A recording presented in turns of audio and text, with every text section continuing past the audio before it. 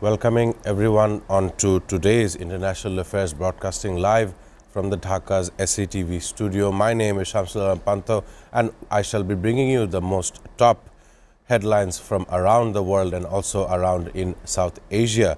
But before I begin the discussion today, I want to introduce all my panelists. In the studio, we have Associate Professor Rashid Alam of Dhaka University, who has joined us before on this program and has delivered very extended political analysis and well as international affairs analysis on this show.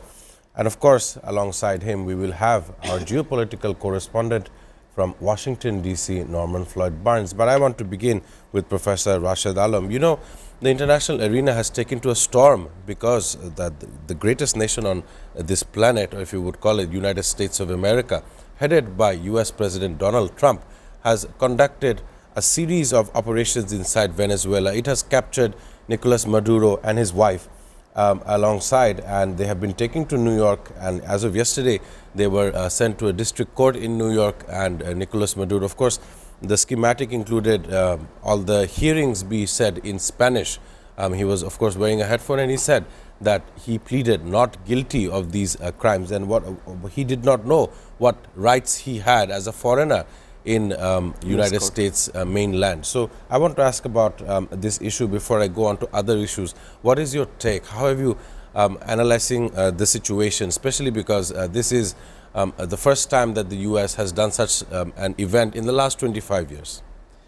Good afternoon. Thank you for bringing me in this SATV show again. So I think, international legal based order is a complete violation now we are seeing in the last couple of years, and from USA, like, this is really one of the unprecedented event, if I say, in this decade or in the last 2 decades. You cannot take, in an independent country, in a sovereign country, that way you taking the hard measure. USA is famous for taking some soft measure. They just, from outside intervention, they can change the political leaders. They can, bringing back their favorable candidates into the helm of the affairs of the enemy countries. That's how they used to do, by doing the soft approach, by outside influence. And for that, their CIA, FBI is very famous for. I think, they do this kind of job. But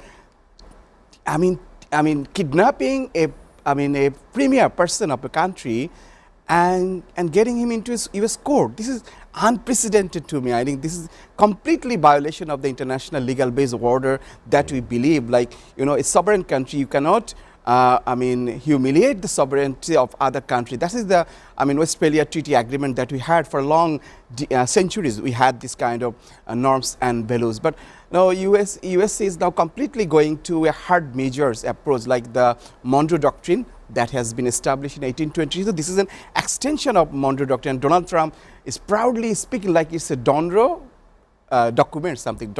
He is dare to speak in Donroe Doctrine, but Donroe documents. He's making a fun of the Monroe Doctrine. Yeah. Yes. So he's smoking like we are doing very well. We are even getting ahead of the Monroe Doctrine by doing this kind of atrocities and doing this kind of illegal action against any sovereign country and sovereignty of other countries. I feel really sad with Nicolas Maduro, because the way he is humiliated. He has been, his car was also open ban is paraded in the New York street as well.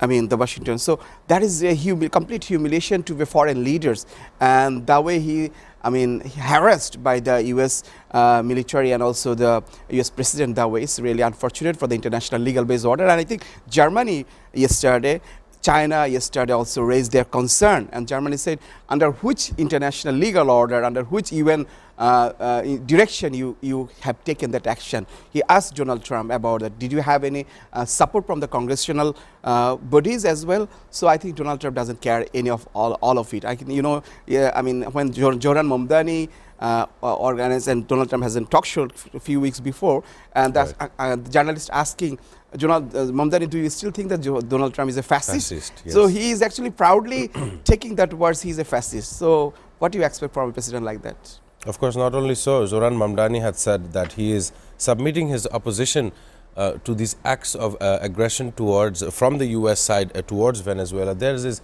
an update. I will give that before asking another question. The Venezuelan President Nicolas Maduro and his wife, First Lady Celia Flores, had pleaded not guilty In his words, I will repeat, I am innocent, I am not guilty of anything that is mentioned here. These are the words that Maduro told U.S. Judge Alvin Hellerstein, according to various multiple reports. Flores similarly responded when asked for her plea, telling Hellerstein that she is not guilty and completely innocent. I fail to see what the requirement is to bring the head of state of a foreign nation into United States of America and what they're really trying to do. Amidst all of these tensions in Latin America, there is some tension between the U.S. and Danish counterparts. So why I'm talking about Denmark today is because they are the authority in charge of Greenland. And recently, Donald Trump's administration had said that Greenland may be the next option for their military crusades. I will call it a military crusade. Right. Of course, the Greenland premier said that the territory is not in a point of overnight takeover like Venezuela. So already these rhetorics and comments are going into other territories, and the leader of Greenland has said that this is not in a position that you will take it over in one night. Of course, this is the world's largest island to some regions, and it's a very Arctic scenario there. It's maybe called Greenland, but it's covered in ice. And why the USC military posturing in that part of the world is still unanswered. So I want to ask you, it was Venezuela, then the threats came about Iran, threats came about Colombia, threats came about Brazil, and now you follow through, the threats are going northwards towards Greenland. Right. What is the policy of Donald Trump? Has he gone mad?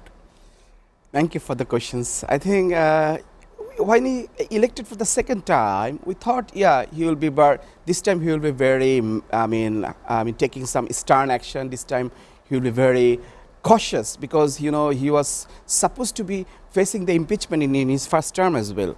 So, but the way he is dealing the international affairs every day new headlines, and I think the way he also threatened Colombia, and Iran is also in his list, and also then Greenland. You rightly said that. So attacking to the Greenland will be a heavy blow to the North Atlantic Treaty Organization. You know, the NATO how yes. Denmark is heavily involved with the NATO partners, particularly European unions. I think that would be, a fatal blow to the USA, the unity USA have with the European partners, particularly the alignment they have with the European, the USA having with the European countries. So I think that would be the beginning of the World War III if